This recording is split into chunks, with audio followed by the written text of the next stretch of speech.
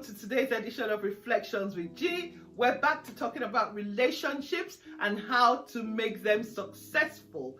Thank you for tuning into my channel, and if this is your first time here, please don't forget to like and subscribe. Okay, so successful relationships.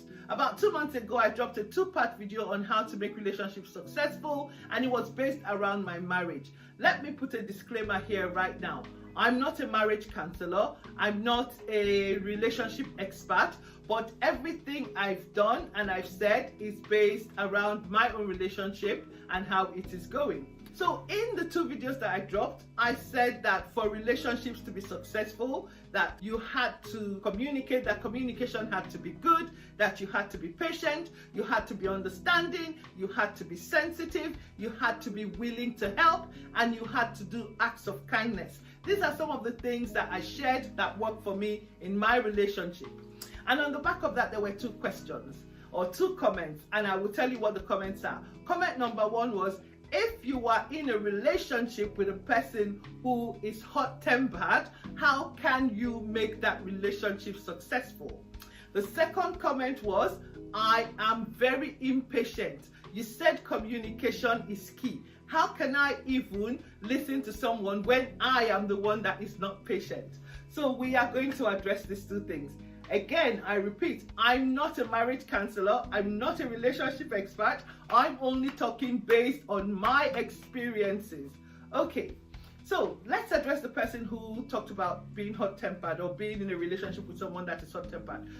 First thing I want to say is this: one person does not make a relationship. It needs 2 people who are invested in that relationship and who want to make it work for it to be successful. You can't have a successful relationship unless the 2 parties are involved in that relationship. It's important for us to address this. Okay, so you're in a relationship with somebody that is hot-tempered. I think what you will need to do first of all is to understand that person, know what their triggers are, know when they are most triggered, know when they are happy, know what gives them joy, and you work around this. What am I saying in essence? If you know that this person comes back from work and they are a bit irritated or agitated when they come back from work, that's not the time for you to start discussing issues that have happened that you want to address. I know sometimes it's important to address some things because you have to get it going at that time, but you also know the person that you are married to or the person that you're in a relationship with, and the person has a hot temper. You have to know not to address that issue then until the person is settled and has calmed down before you address whatever issues. I still believe that communication in a relationship is really one of the important things to make that relationship work. So you can't say that you're not going to tell this person anything because they have a hot temper and they will flare up. You just need to learn what are the things that triggers them.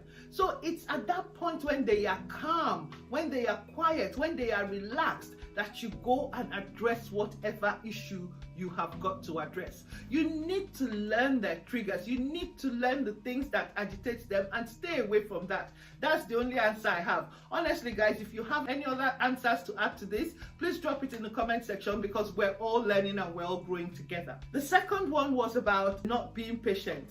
Can I just say, if you were the one who dropped this comment about not being patient, can I just tell you that you are already 1 step into solving your own problems with communication because you know what the issue is, your lack of patience. What I would advise you to do is every time you're about to flare up or every time you're about to walk away, count to 10, calm yourself down and listen to what is being said. This would work with your relationship with your husband, even your friends, even the people that you're not even dating, just general. It's just a general way of dealing with things. Count to 10. Don't wave it off. Don't go under the cloak of I'm busy, I don't have time for this. No, you need to stop. Count to 10. Take a few deep breaths and listen to what is being said. If what is being said is irritating you or is upsetting you, again, take a few deep breaths, count to 10 before you speak.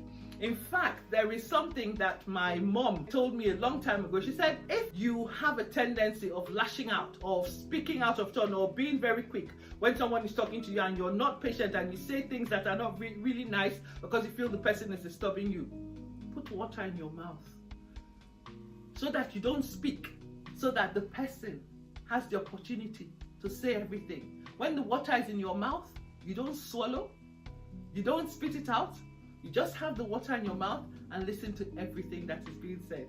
Honestly, guys, if you have any other answer to this, please drop it in the comment section. Like I said, I'm not a relationship expert or anything, but I've just answered this question based on what I would do. Thank you for tuning into today's edition, and until I see you next time, have a fantastic day.